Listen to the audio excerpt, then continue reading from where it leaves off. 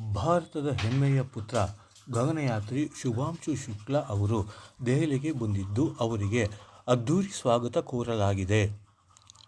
ಭಾರತೀಯ group captain Shubhanshu Shukla ಅವರು ದೆಹಲಿಯ ವಿಮಾನ ನಿಲ್ದಾಣಕ್ಕೆ ಆಗಮಿಸಿದ ಸಂದರ್ಭದಲ್ಲಿ ಅವರ ಕುಟುಂಬಸ್ಥರು, ವಿಜ್ಞಾನ ಮತ್ತು ತಂತ್ರಜ್ಞಾನ ಸಚಿವರೂ ಆದ ಜಿತೇಂದ್ರ ಸಿಂಗ್, ದೆಹಲಿಯ ಮುಖ್ಯಮಂತ್ರಿ ರೇಖಾ ಗುಪ್ತಾ ಸೇರಿದಂತೆ ಅನೇಕ ಗಣ್ಯರು ಗಗನಯಾನಿ ಶುಭಾಂಶು ಶುಕ್ಲಾ ಅವರನ್ನು ಬರಮಾಡಿಕೊಂಡರು.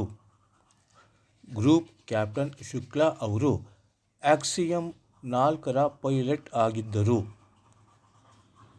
ಈ ಮಿಷನ್ನನ್ನು ಜೂನ್ 25ರಂದು ಅಮೆರಿಕದ ಫ್ಲೋರಿಡಾದಲ್ಲಿರುವ ಕೆನಡಾ ಬಾಹ್ಯಾಕಾಶ ಕೇಂದ್ರದಿಂದ ಉಡಾವಣೆ ಮಾಡಲಾಗಿತ್ತು.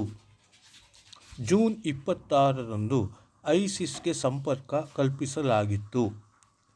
ಶುಕ್ಲಾ ಅವರು ಕಳೆದ ಒಂದು ವರ್ಷದಿಂದ ಯುಎಸ್ನಲ್ಲಿರುವ ನಾಸಾ ಆಕ್ಸಿಯಮ್ ಸ್ಪೇಸ್ ಎಕ್ಸ್ ಸಹಾಯದಿಂದ ತರಬೇತಿ ಪಡೆಯುತ್ತಿದ್ದರು. ಹಲವಾರು ತಿಂಗಳು ಅವರು ಅಲ್ಲಿ ತರಬೇತಿ ಹೊಂದಿದ್ದರು. ಅಂತರರಾಷ್ಟ್ರೀಯ ಬಾಹ್ಯಾಕಾಶ ನಿಲ್ದಾಣಕ್ಕೆ ಭೇಟಿ ನೀಡಿದ ಮೊದಲ ಗಗನಯಾತ್ರಿ ಶುಭಾಂಶು ಶುಕ್ಲಾ ಅವರು ಸ್ವದೇಶಕ್ಕೆ ಮರಳಿದ್ದಾರೆ. ಅವರು ಹಲವಾರು ದಿನ ಗಗನಯಾನ ಮಾಡಿದ್ದು, ಹಾಗಾಗಿ ಅನೇಕ ಸಂದೇಶಗಳನ್ನು ರವಾನೆ ಮಾಡಿದ್ದಾರೆ. ಈಗ ಅವರು ದೆಹಲಿಯ ವಿಮಾನ ನಿಲ್ದಾಣಕ್ಕೆ ಆಗಮಿಸಿದ್ದಾರೆ. ಇದರಿಂದಾಗಿ ಶುಭಾಂಶು ಶುಕ್ಲಾ ಅವರ ಕುಟುಂಬಸ್ಥರು ಹರ್ಷಚಿತ್ತರಾಗಿದ್ದಾರೆ. ಅನೇಕ ಗಣ್ಯರು ಅವರಿಗೆ ಶುಭ ಕೋರಿದ್ದಾರೆ.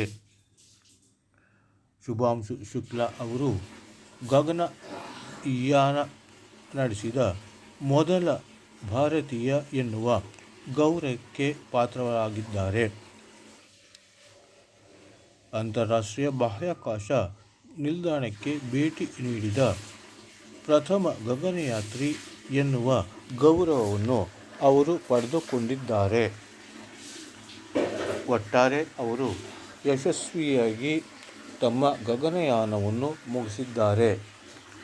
ಈಗ ಅವರು ಭಾರತಕ್ಕೆ ಹಿಂದಿರುಗಿದ್ದು ಅವರನ್ನು ಅನೇಕ ಗಣ್ಯರು ಬರಮಾಡಿಕೊಂಡಿದ್ದಾರೆ. ಒಟ್ಟಾರೆ ಇವರು ಮಾಡಿರುವ ಸಾಧನೆಗೆ ಇಡೀ ವಿಶ್ವಾದ್ಯಂತ ಮೆಚ್ಚುಗೆ ವ್ಯಕ್ತವಾಗಿದೆ.